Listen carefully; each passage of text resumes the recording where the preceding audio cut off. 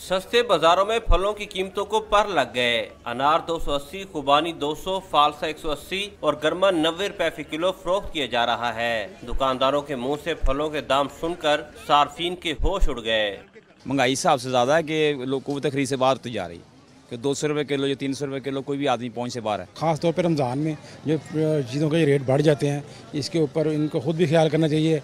Being a मुस्लिम तो हुकूमत को इसका नोटिस लेना चाहिए। अब इन्होंने महंगाई कर दी है, बाद में ये उसमें कुछ 10-20 रुपये कम कर देंगे। ये हमने रमज़ान ऑफर दे दी है, हमने ये कर दिया। वो पहले ही वो तूफान उन्होंने खड़ा कर देना।